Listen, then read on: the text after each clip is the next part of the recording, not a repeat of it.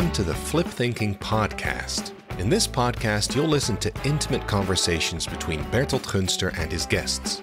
Together, they'll explore the guest's personal problem and try to make it feel lighter or make it disappear altogether. This can be achieved in different ways. Sometimes they can simply solve the problem, but more often than not, they'll find that they have to let go of expectations or views they hold about themselves. At other times, they can only observe the fact that there is a problem without judging it. And in some cases, they can flip think the problem.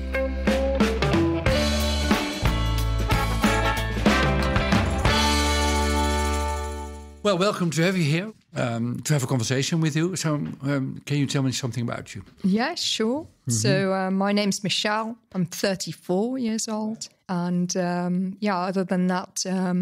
Do you come from somewhere or go to somewhere? I live near Utrecht, actually, so I didn't have Which is a city in the commute. Netherlands for those English listeners. Yeah, and I only needed to commute for 30 minutes, which was nice. Yep. I come originally from Belgium, and my mum's from England, from Birmingham. So, So you were raised bilingual? Grew up bilingually, yeah, indeed, in Belgium, which was nice. And then when I was 19, I fled, so to say, fled to the Netherlands. From Belgium to the Netherlands. Yeah. So that was Do nice. you feel at ease in the Netherlands, in our culture, in our country? I do like being more direct. So I am myself also a bit more direct, which was a bit difficult in Belgium. But here in the Netherlands, I then landed in The Hague, and I thought I was direct, but obviously people from The Hague are even much more direct. So, but you fit in quite well. Yes. Yeah. Other than that, doing well in job-wise. I'm a coach and got my own company also, which is nice. I really love my job. And no kids yet, still single, but... Single? Yeah. Okay, well, that's for now enough. And you're here not to tell about yourself, but to talk with me about your problem, your topic, your question, your dilemma, or whatever you might call it. So tell me. The question I wrote to you was, I don't feel heard. What? Sorry? I'm joking. Sorry. It's you love to be direct, right? Yeah, no problem. It's more when you're trying to say something and then you can't make sense of it all, and then you sound a bit like you're talking gibberish, or a lot is coming to play, and then people kind of say like, okay, I've not been following you for the last X amount of minutes. Oh. And for me, it's difficult sometimes. But does this happen a lot in your life? I mean... Not so much directly, but indirectly you can hear like somebody will make that problem what I stated, or something that I stated their own problem. So happens a lot when I talk to my mum, and then I say something and then I just don't feel like she kind of gets what I'm trying to say. Hears you. And is it, just to check, do you speak incomprehensible or weird, or is it the way you express yourself, or is it the way you think people perceive you? Yeah, I think the last one. So I think when I speak, then it's nice if people ask like questions like, oh, what do you mean? And one other thing, and then I can maybe give you some examples which you might like. I love examples, as you know, yeah. One other thing is also the last, I think since COVID, I kind of feel like I'm in a kind of terminal state of seriousness, so to say. Terminal state of seriousness. Yeah, it's a Dutch saying, right? Terminale serieusheid, terminal seriousness. So people always used to say like you're a kind of grown-up child, which I like. You know, I like being curious. I like asking curious questions. Enthusiastic. That's also spontaneous. Yeah, it's direct. Also vivid. Part of the things that I feel like I don't feel heard. You know, because that little girl maybe in me doesn't feel heard. And just before COVID hit, I lost my stepdad, and he was always a kind of person that I could really be myself with. So, I kind of feel like... You loved him and he loved you, so to say. Yeah, like a little kid as well. And I could just be myself, which was really nice. So then I kind of thought maybe it's because of COVID that I'm kind of so serious. And then I started to feel this bitterness inside of me. And then I looked for a coach also to say, what is this? And then she said, maybe you didn't quite get over the fact of your stepdad. And I was like, I don't know. So yeah, there's it didn't really help until now. No, it didn't help. No. So to summarize, the problem you are here is that you don't feel heard. Yeah, I think so. And you felt heard by your stepfather. Yeah, maybe, yeah. Maybe, or yes? Yeah, I think so. Yeah, because I never really linked both. So it's funny that I kind of see it as both a separate problem, so to say. But it's also when I don't feel heard, it's that little child in me, that enthusiastic little child that comes out to play and kind of people wants to be seen and heard. Yes, and he did. Yeah, that was never a problem. He was just there, and it was all good. It doesn't matter what came. So it's that. And kind of, has there ever been a second person in your life giving you this feeling of, I really hear you, I really see you? Yeah, also my uncle, but he actually died as well. They all die in your life, don't they? No, it's not that bad. It's not like that. I mean, I had a godfather, as they say in the Netherlands or in Belgium. It's very common to have a godfather. Mm-hmm. And he was really nice. I could always be myself, and that was my kind of hero. And then obviously, I mean, he died. He had lung cancer, unfortunately. He died a while back. And then after that, my stepfather came because I didn't know him that long. But the period that I knew him, he was so nice. It was really lovely. At what age did he enter your life? I think must have been 26. Okay, but not as a 3, 4, 5-year-old child. No.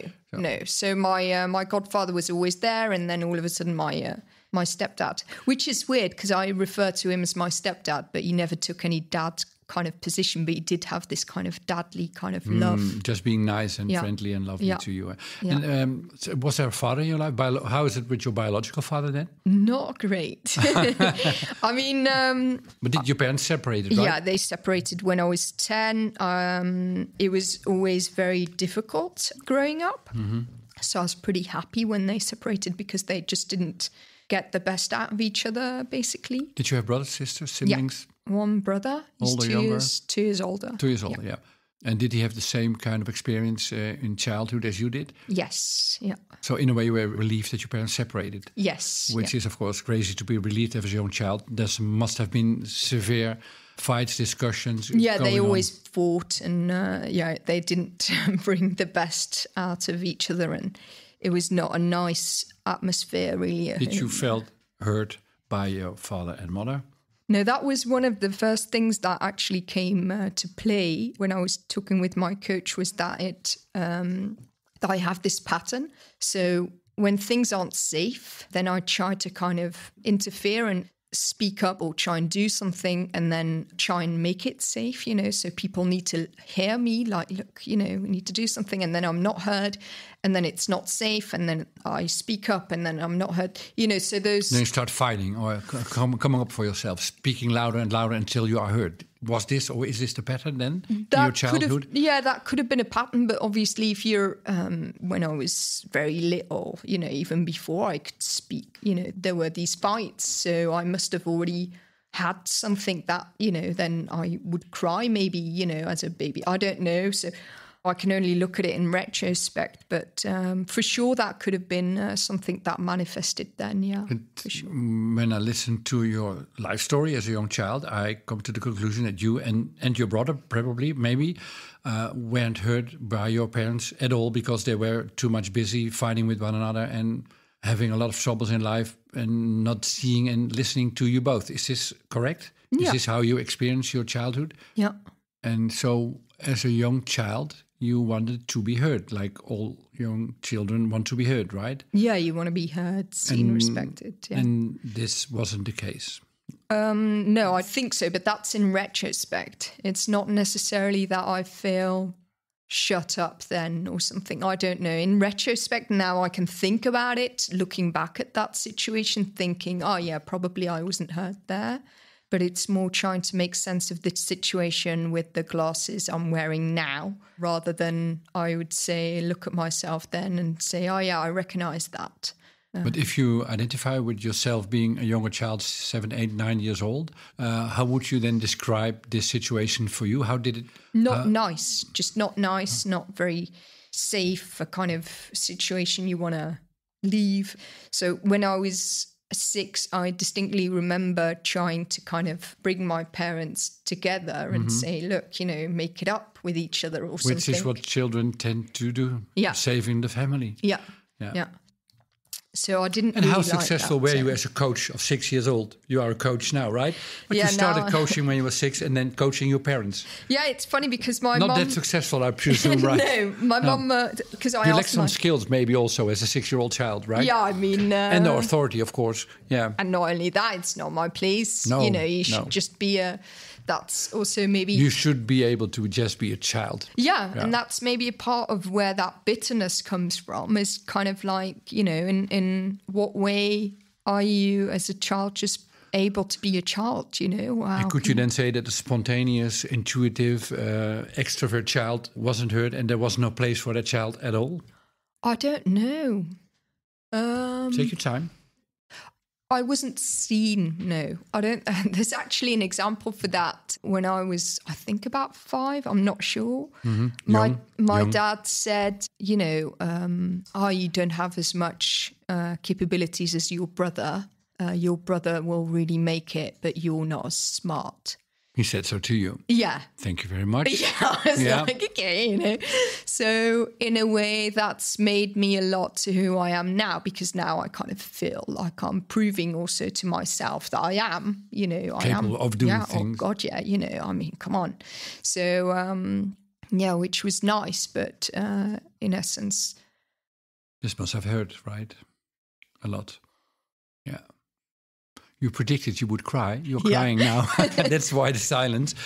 So could you then say that as a child, not being heard was a very hostile, unfriendly, dangerous place to be? Mm-hmm. Yeah. Okay. So now when we go from there to the here and now and then people just don't see us or they don't hear us because they are too busy with themselves or because we are not clear in what we want to communicate. So not being seen or heard is something that is just part of life. Mm-hmm.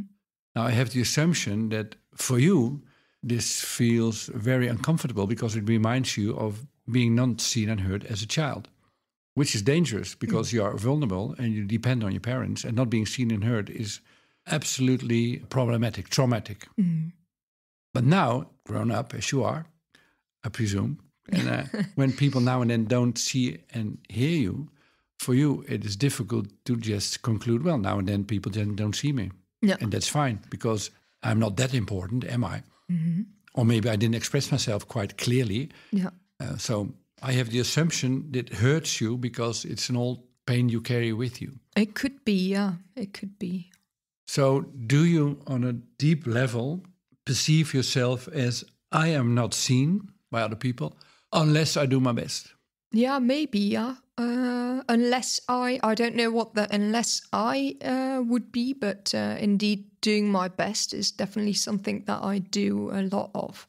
Let's change it. If I won't do my best, I won't be seen. If I don't show what I can, what my capacities are, people won't see me. No, I kind of want to take it for a given that people should be able to see me. Yeah, but that taken as a given is a fantasy. It's an illusion. Yeah. But I mean, for example, if you get a job so you get a job and then you're expected to kind of, okay, so Michelle, you've got this job now, so what would you do kind of thing? But that's not always the case. And that's sometimes really strange to me. But I have some more, maybe a stupid example is... I like stupid examples, go ahead. Yeah. So I was once with my mum. I was in England, and we were with family, and then we were getting ready for bed, and then my mum said, "Oh, I'll set the alarm." So I said, "Oh, why are you setting the alarm?" And then my mum replied, "Okay, then I won't set the alarm then." And I was like, okay, where did this come from? How old were you at the time during this? Just 26 or 27, I don't know. Quite recently, yeah. Yeah, thank you. Yeah. But... okay, then I won't set the alarm, she said, angrily, I was right? like, what is this? And then I really didn't feel seen. I was like, why would you... Like, how could you interpret that in a weird way? I was just being curious. Why the alarm? Am I missing something? You know, did we agree on doing something? I was just asking a silly question. So I had to explain to my mum, sometimes just see me as a 5-year-old child just asking why without anything behind it. There's nothing behind that question. It's just a why question. So I thought, why would you think I'm so evil or something to mean something in a way that not even mean, but just that changes? Yeah, she didn't see you as who you are at that time, but she saw you as a kind of person, evil, I don't know. But she didn't see you as who you are, right? Yeah, I was like, but why? There was just a question. Yeah, I know. But why couldn't you just say, oh, my mother, she's now and then she gets angry out of context and too much. Well, that's my mother. Why does this make you so angry? Well, you want to be seen by your mom. You want to be able to be yourself without being judged. I really felt judged. Mm-hmm. Yeah. It makes you angry and sad in the same time. Yeah, exactly. Yeah. I'm like, come on. If there's one person in this earth, you know, and now I would call my my nan. She's very nice. So I do have other people still, my grandmother. But I'm going to say something blunt, hopefully with love, of course. But that's me who I am. Now and then people in life just don't see you. It can be your own mother. Mm-hmm.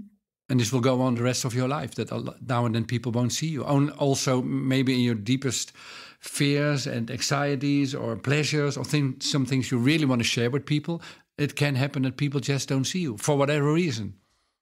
And as a child, this was absolutely dangerous and devastating and painful and really something you have to fight against, because if you would not be seen all the time, well, for a child, this is devastating. But now you're a grown up. It doesn't kill you if people don't see you. No. They just don't see you. When they don't see you, you can say now as an adult, hello, you don't see me. Yeah. Listen to me, I'm talking.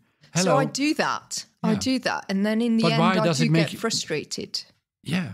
To me, your frustration is very logical, because as a child, you carry with you this deeper pain. I am not seen. And being seen is rare and absolutely painful, and people have to take me into account and see me as for who I am.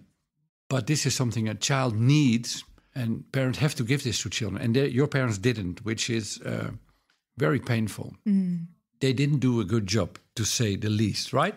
Yeah, and that sounds painful as well, because they tried their best, you know, so I don't want to condemn them. You don't want to condemn them. I don't see that. I see that also as judgment, you know, so... Well, there's nothing wrong. I will help you. There's nothing wrong with judging your parents in a sense like a judge does, you know, seeing the facts, giving a conclusion, making up your mind, not to condemn them or to be angry at them, but to understand yourself. Yeah.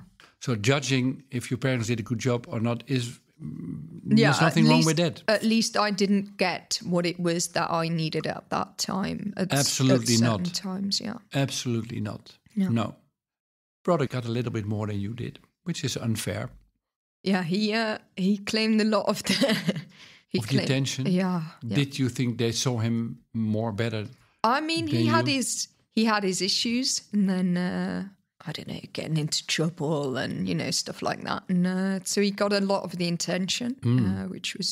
So the leftovers were for you? Yeah, maybe, I don't know if it was like that, but he got a lot of the attention. But did it feel for you as a child that you got the leftovers? You had to do your best to be seen because your brother was seen? Probably, yeah. And they were very busy with themselves also. Yeah.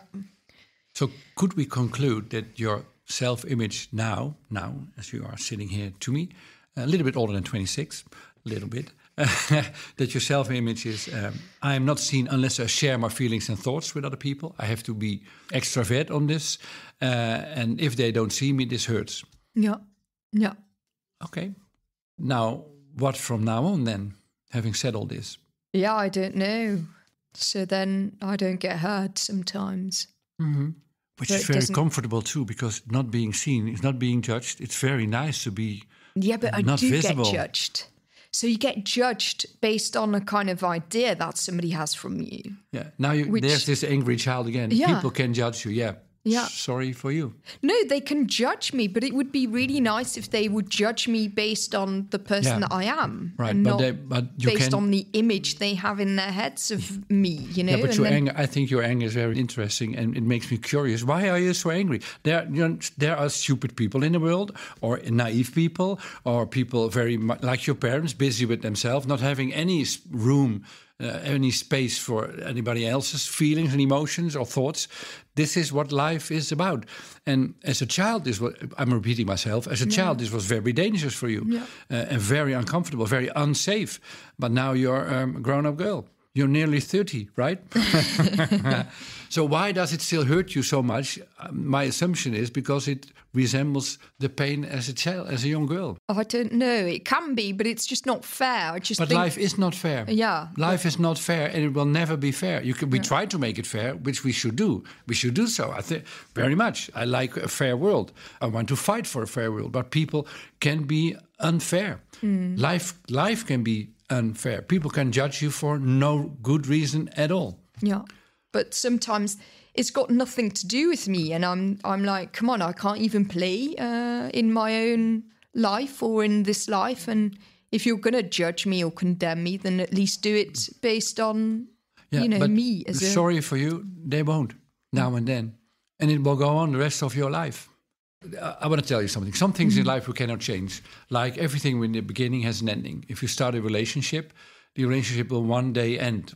One of the two will die or you will separate. So everything in the beginning has an ending.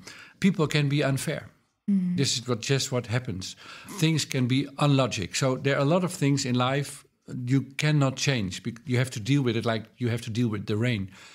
So as a child, when you are confronted with all these things, this is very painful. And child wants to be seen and heard and be taken care of, especially the last thing, be taken care of. Because if you're not taken care of, you're in a dangerous place. No. So that you get angry if life is unfair, that you get angry if people judge you for no good reason. If you're angry not being seen, this is logic as a child. And then you fight for being seen, which is good that you do so as a child because it helps you to survive in this hostile environment. But now you are grown up. You deal with colleagues and friends which are not your parents. You don't depend on them like you did as a 6 or 7-year-old child. Yeah. And now, hopefully, you can, with a more mature idea, look at people and just accept the fact that life now and then is not fair and that people can judge you. And it feels insecure, but this is all pain. Yeah. You will survive. Yeah. Now and then people won't see you. You won't die. No, it's just boring. Yeah, maybe funny. Make a joke out of it. No. They don't see me. Well, then I write it down on paper, send them a fax or telegram or an SMS or whatever, WhatsApp. Repeat the message a few times. Or just maybe I leave them because I don't like people that don't see me. You are now a free, mature woman. No. How does my monologue land into your brain? I don't know. Yeah, what do you think and feel? Because it happens so much, and then I just feel like, do other people have the same, or I have the same. Yeah, I have the same. Yeah, like that frequently. Like I could have it multiple times the more a day. people you interact with, the bigger the risk. Yeah, and the more the neglect. Yeah. I mean, obviously, it will never. I help you. It will never go. This will never go away. Yeah. Obviously, when I think of the amount of people that could see me completely, that I can count on one hand. So it is, One. I have good news for you. One is enough. One. If you only have one, then you can be seen. Yeah.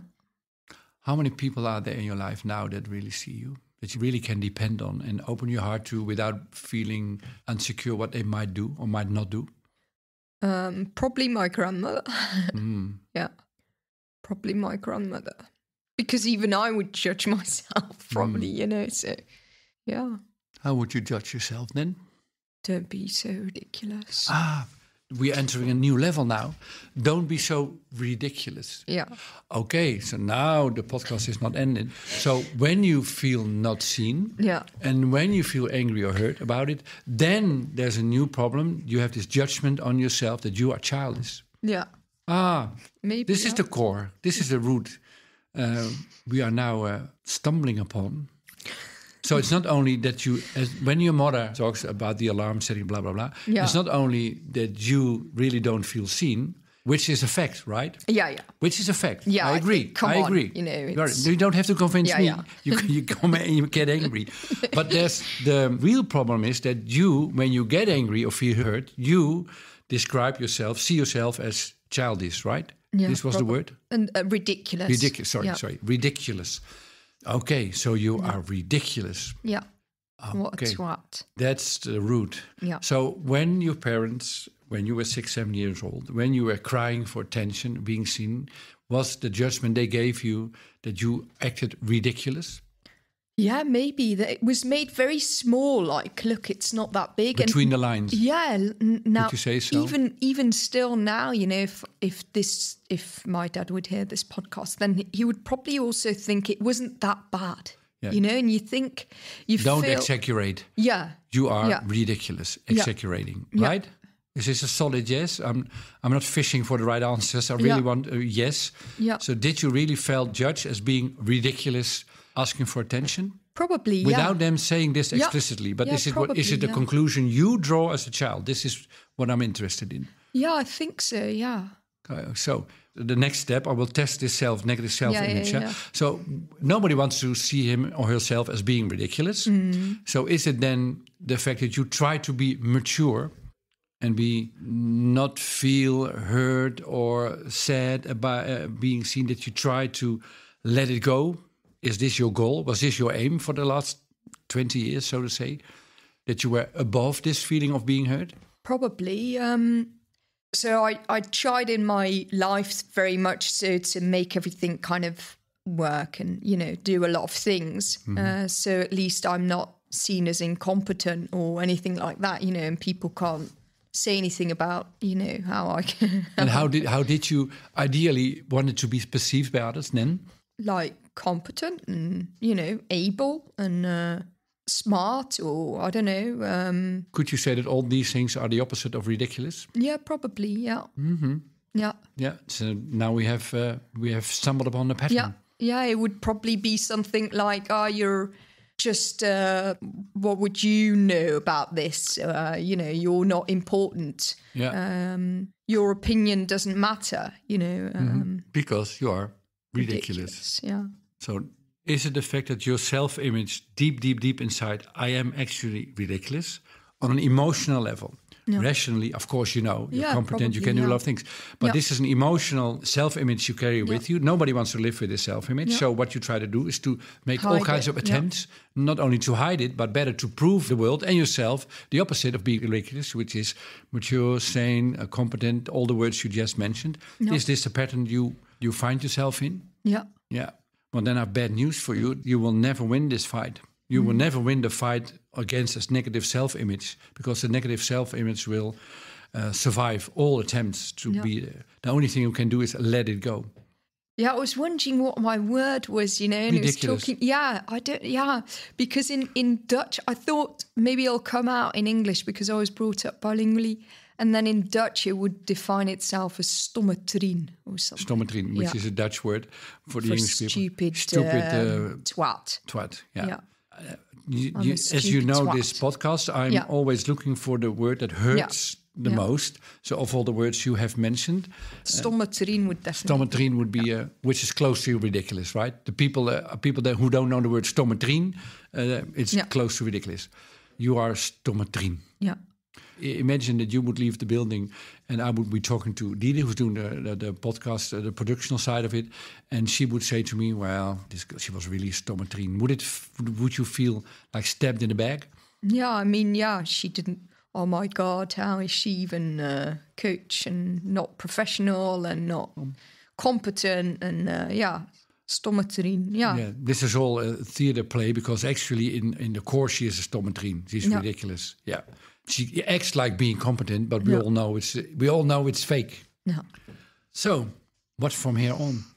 Yeah, I think. Well, I help you. Just make a joke about it. And every moment you feel like stommetrien or ridiculous by what people say or do, then recognize, this is this negative self-image I'm trying to hide and fight. But then give it some air, make a joke about it, and just let it go. You won't solve it by proving the opposite. You never will. No, I know, yeah. Nice. I mean, as a coach, you're always looking for things that hurt, and, where hurt is, then growth can come. And, it's... easily said than done, because what is where you're exactly hurt and how can you learn from this? This is all very difficult. Yeah, exactly. Yeah. But we found the route. Yeah, nice. So you're close to freedom. Yeah, exactly. Does it feel so? Yeah, these are some solid yeses. Yeah. Yeah, I really didn't think that it would have been in Dutch. I really thought it was... Because I had this conversation with my mum, and then I thought my word was useless. Mm-hmm. And that really kind of... It's close, but this is better. Yeah, stommetrien. It's... Well, congratulations with finding I'm that. I'm a stommetrien, yeah. Lovely, yeah. I'll put it on my resume. Hire me if you want a stommetrien. I'm championing doing so. Yeah. That's nice. For those who are listening now and don't understand why we are at the end of this podcast, is because if you have this negative self-image, fighting is useless. It only makes the problem worse. Once you find such a negative self-image, as soon as you hit on these words, then you can have then you can look again and then laugh about it and say, why am I thinking this about myself? This is stupid. On an emotional level, I think this is true. Rationally, I know it's a story. I started to believe in this story as a young child and still do. But it's a conviction. It's an idea. It's not reality. It's a thought in your head. And this thought in your head, you can just let go. Yeah. It's a thought. Nothing more, nothing less. It's a very hurtful thought. Very hurtful, very deep, all traumatic thought. But thought, you can let go of a thought. Yeah, and it's a good one. It comes from that kind of attention seeker or, But indeed, I mean, I never thought that was useful to kind of scream out and say, look, guys, this isn't okay, and trying to make it safe. And then if you're not heard, then you kind of put away like an attention seeker. Right, or you did something sane, and what you got was an insane reaction. Yeah. There's a sigh here. Yeah. Which is nice. Very often a good sign of letting go of something. Yeah. Great. Do you feel relieved in a way? Yeah. Yeah. Hopefully this makes life a lot easier and lighter for you. Yeah. You don't have to fight this negative self-image anymore. Yeah. Battle is gone. Yeah, and fine if I want to seek attention, but that's not... You don't desperately need it anymore from now on. If it's there, that's fine. Because of course it's fine when people see and hear you. This applies to everybody, but it's not life. It's not a life necessity anymore. Yeah, and then I don't need to think like, Michelle, why is this you seeking attention, or what is this? What's going on? And then am I really ridiculous now? Yeah, am I an attention seeker or a stommetrien now? And No, you're not. You're just being not heard, and that happens. That's all. Oh, yeah. Okay. Nice. Well, thank you for being here, and we will closely follow you if my conviction and prediction that this will make your life lighter will become reality. Yeah. I'm curious. Thanks. And hopeful. Yeah, with love and pleasure. Thank you. Graag gedaan.